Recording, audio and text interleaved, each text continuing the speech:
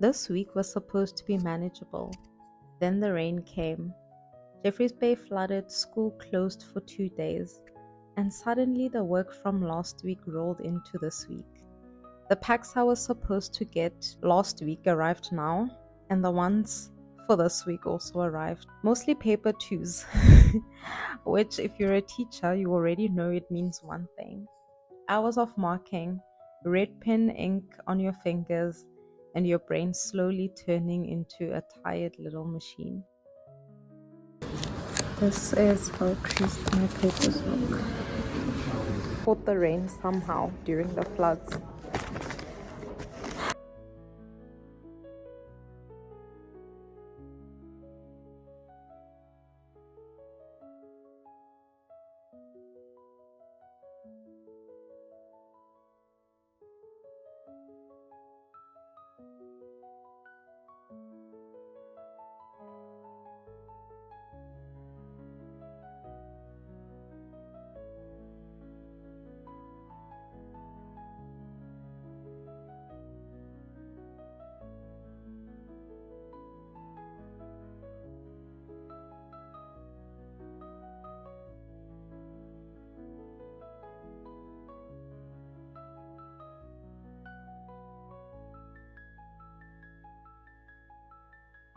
While I'm sitting here with a bunch of scripts surrounding me, example, um, I am reminded of this immense pressure that we carry as young adults around us. The pressure to make our lives exceptional. And truly, life looks like this every day. I mean, it's marking, it's scripts, it's all of these things. It's the repetitiveness of life, everyday life at that. And we find the need to find something extraordinary out of that. I mean, it's something that we've been growing up hearing, like stand out, be extraordinary, dream big, chase this in life and become something. And now that we have arrived to sort of an average life, it feels like it's not enough. And it's actually quite problematic. And please don't hear me wrong when I say this. As a teacher, obviously, we work with averages on the kids' reports. And um, so, with that being said, if the class is doing well, let's say their average is 75, we will reward with them with something, or like you're gonna go for McDonald's ice cream and stuff like that. And since when is average a problem? I mean, only a few people actually, which we would call outliers in maths, like 4 people out of the 20 would probably get the highest scores in the class. And if all of us want to be that 4, um, then what do we do in the meantime? Like, when did average become bad? Because according to me, actually, average is having a stable job, having money to buy things that I want, and being able to go visit my mom without worrying that I won't have enough money to get home. And yeah, I've been striving for that average. So yeah, I've been thinking. Let me know your thoughts as well. I definitely do believe that the kind of average of never stretching yourself or going above your borders and getting out of your comfort zone and never exploring other things and just keeping to yourself because you are afraid of what's out there, that is not the kind of average we strive for, of course. My colleague who was sitting just over there gave me this cup of coffee that I'm gonna show you right now. How sweet is that? Like, it's just these little moments that make such dull moments sparkle sometimes. Here is the coffee with no sugar, just how I take it. Okay, let me continue. Average is treated like a warning label, like life is a life sentence we're supposed to escape from before it catches us. But I've actually been wondering, what do we mean when we say average? Because if average means a stable job, people you love, a home that feels safe, routines that hold your life together, enough money to breathe a little, laughter around the dinner table, and work that contributes something meaningful to the world. Why are we taught to fear it so much?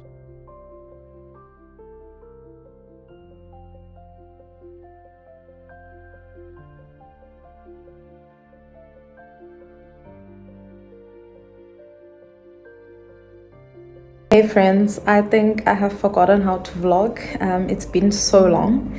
Um, it is almost 12:30 and I still have 2 marks, so I'm gonna eat my breakfast now and then continue with that. Yeah. Did you know that the average millionaire becomes one around the age of 40? Not 21, not 25, 40. Did you know the average CEO is in their 50s? Did you know that most people buy their first home in their late 30s? Did you even know that the most successful businesses take years to build, not 6 months? And yet, so many of us feel behind. Not because of anything magnificent, but because every time we open social media, we are shown the exception. The 23-year-old home owner, the 25-year-old millionaire, the founder who built $1 million business in 6 months. The body transformation that happened in 90 days, not 3 or 5 years. And slowly, without realizing it, we stop measuring our lives against reality and start measuring them against outliers. And that's why this strange thing happens. I'm gonna go head to bed. And I just realized now that although I'm saying I'm gonna head to bed, I have another pack that I haven't even touched, and I get another pack, like another 2 packs tomorrow. So I'm actually worried. Like, I think I'm gonna stay for another 30 minutes just to push. You can achieve something you once prayed for. You can hit a goal you genuinely were very proud of. You can make progress you've worked years for. And then you open an app. You see someone younger than you doing it faster, bigger, better. And suddenly, your achievements feel smaller, less impressive, less worthy of celebration. And not because it changed, but because your perspective did. And I think that's why we are so afraid of being average. Hey friends, so it's actually like, it feels like the glass is half full because I managed to finish yesterday's pack. I thought it would go faster than it did, but yeah, actually no, it's a matric paper and it's paper 2, so what was I thinking?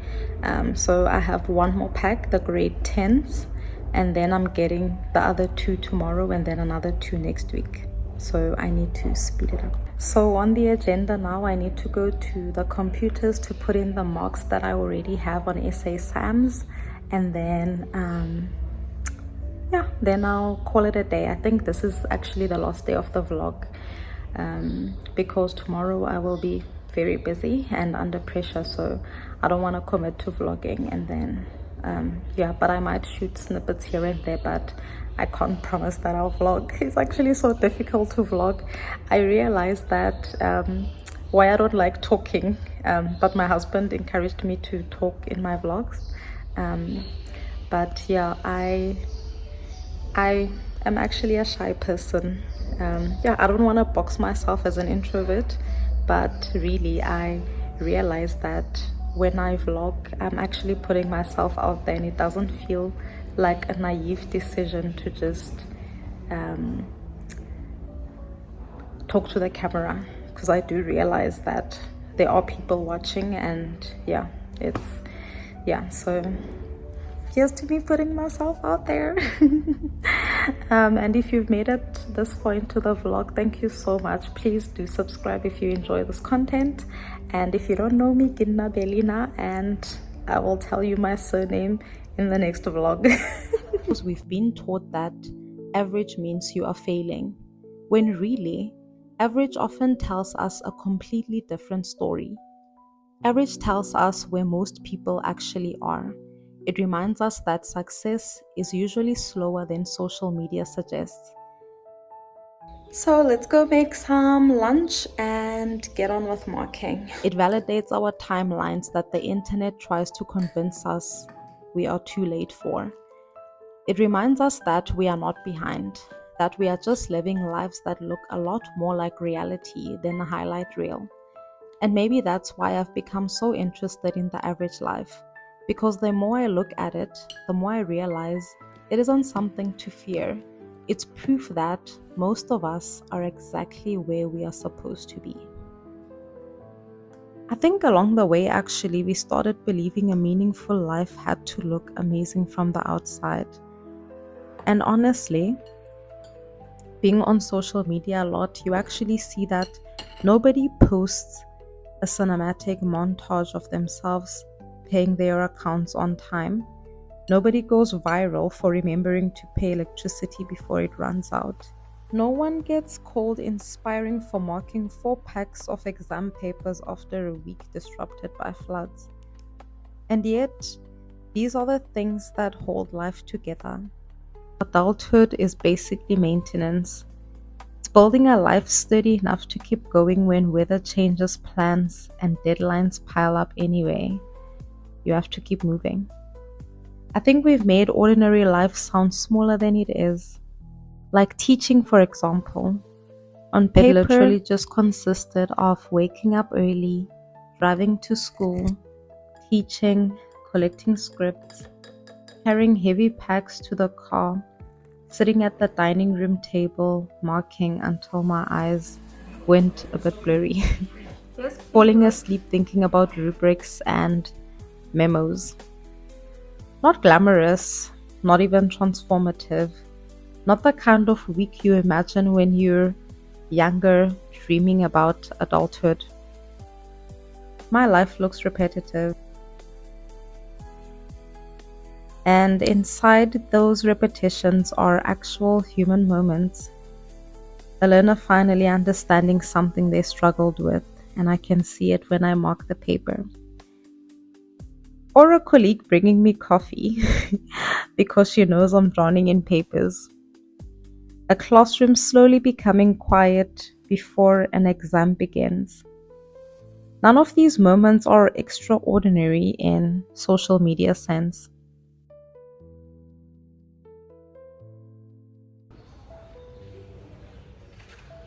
Oh, just wanted to see if my purple is still there, but I don't see it. Cute siblings, so she's helping me staple as well. Say cheese!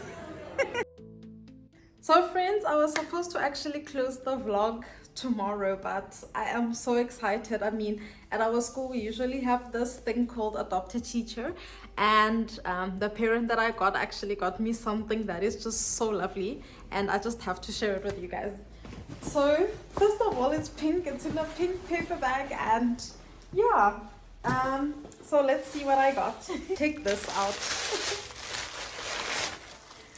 There's also one for hubs, and this is so cute. This is so cute. Oh my word, like my heart is bubbling at the excitement that I'm getting from this.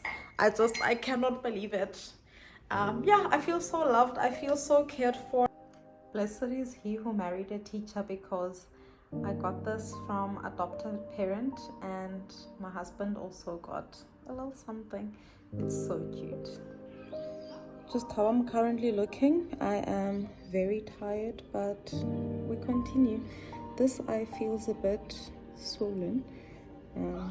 Yeah, but we are soldiers. A real life is often much quieter than the life we imagined for ourselves at 16. My goodness, I have nothing left in me to keep going. But yeah, today I don't feel like a soldier at all. Actually, I'm so tired. Yeah, let's do this. It is 5. I have to go to choir practice. Feel like saying no. I'm overwhelmed. want to go to bed.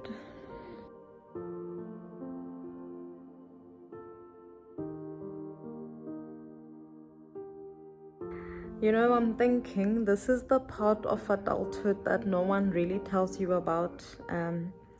Even if you are tired, you have to keep going. Like, I don't want to say no one is gonna save you, because I have a husband who's gonna save me in every situation. But on a serious note, like, no one will come to my rescue. Like, I have to do this. I have to mock. I have to keep going, because if I decide to sleep now, I'm counting. The way I feel tired, I'll probably wake up at around midnight. I'm not a power nap type of person. So if I sleep now, I'm gonna wake up late, and then it's gonna be the next day, and then tomorrow will be Friday. I won't have time. Then Saturday, I already want to put in the mocks, or at least Sunday the latest. So I should rather work and see. Yeah, I told my hubby I'm not going to choir practice today. Yeah, he's not happy to go all by himself, but yeah, but he asked me to make us some burgers for tonight, so I'll do that. I'll gladly do it for him, because he's taking one for the team as well. Okay, let's do this. I think that's part of the disappointment we feel in adulthood. Not because life is bad, but because it's less cinematic than we expected. We thought life would arrive in grand chapters, but instead it arrived in paperwork, in responsibilities, in small mercies. The problem was never ordinary life itself. It's just that we were taught ordinary means meaningless. But those are not the same thing. A lighthouse does not become less important because it stands in the same place every night. A bridge does not become insignificant because people cross it every day without noticing. A teacher does not become ordinary because the work repeats. Life does not need to look amazing from the outside to be worthwhile, or insta-worthy at that.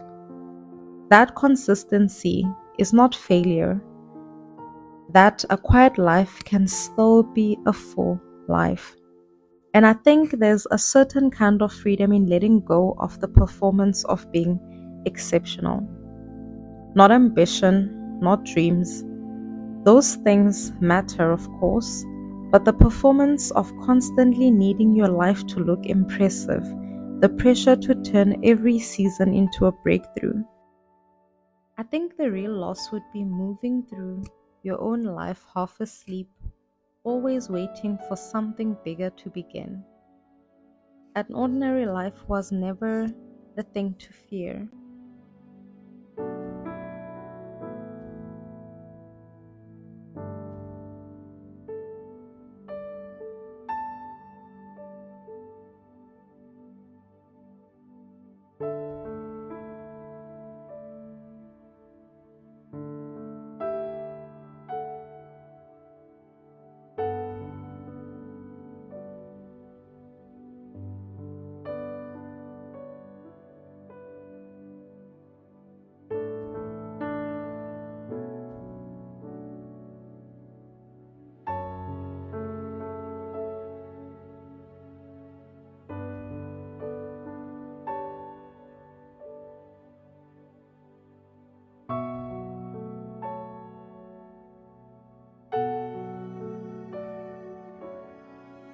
We were definitely taught to fear an average life, when most of us are secretly longing for something quiet, stable, and meaningful. And as I said, most of life is maintenance, and average does not equal insignificant. We shouldn't fear the ordinary. I think it is time we actually start owning our lives, because an average life is not the same as an insignificant one. So, I think we should stay awake inside our own days. Hello, my beautiful friends.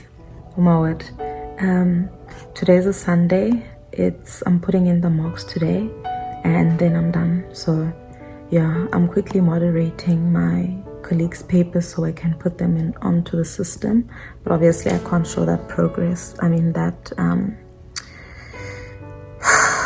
what do you call it? English, yeah, Bali. I can't owe that process. A malapropism there. Yeah, I can't show that process because of integrity's sake. But yeah, if you made it this far into the vlog, thank you so much. I am the most tired girl in Mzansi, but the finish line and the light at the end of the tunnel is finally here, so I'm so grateful. Thank you for watching until here. Please don't forget to engage, like, and comment on this video. Until next time, I'm gonna do a different vlog.